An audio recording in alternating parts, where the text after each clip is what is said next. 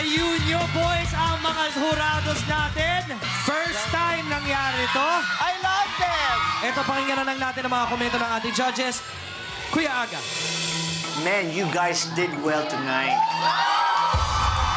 Sa boses, may mga ilan-ilan na may konting sablay, pero, you know, you guys were fun to watch. Ang galing ng mga galaw ninyo, lahat, sabay-sabay, lahat. Eksakto. Hindi malayo na merong isa o dalawa sa inyo papasok sa 12, I think.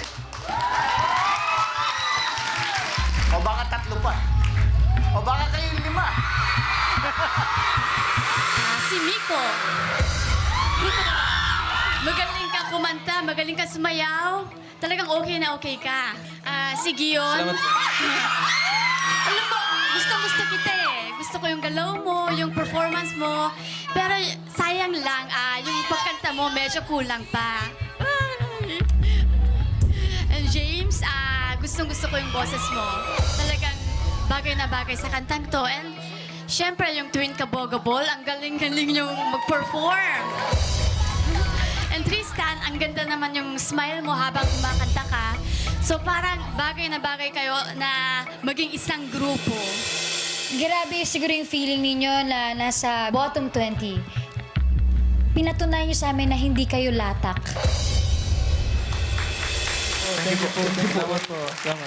Ang naramdaman namin, wow, sobrang worth it yung last chance. Kasi meron palang mga ginto na nagtatago doon.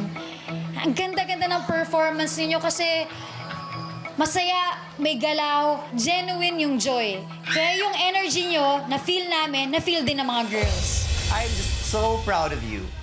Your group gave the best performance for me tonight. Thank you po. At hindi nakakahinayang at hindi nakakapagsisi na itapat kayo dun sa mga unang napili namin. Kasi tonight, pinakita nyo na kayo pa nga lumabas sa pinakamagaling. James, you did so well. Ang gwapo mo. Thank you po. Ang gwapo niya. Pinuri ko siya kayo. Magaling kasi siya. Deserve niyang mapuri ngayon kasi magaling siya. Correct. Kasi English kinanta mo eh. Pero kung Tagalog yan, ewan ko lang kung magaling ka pa rin tonight. Pero tonight, base sa performance na nakita ko, deserve mong mapuri. Maraming salamat, judges.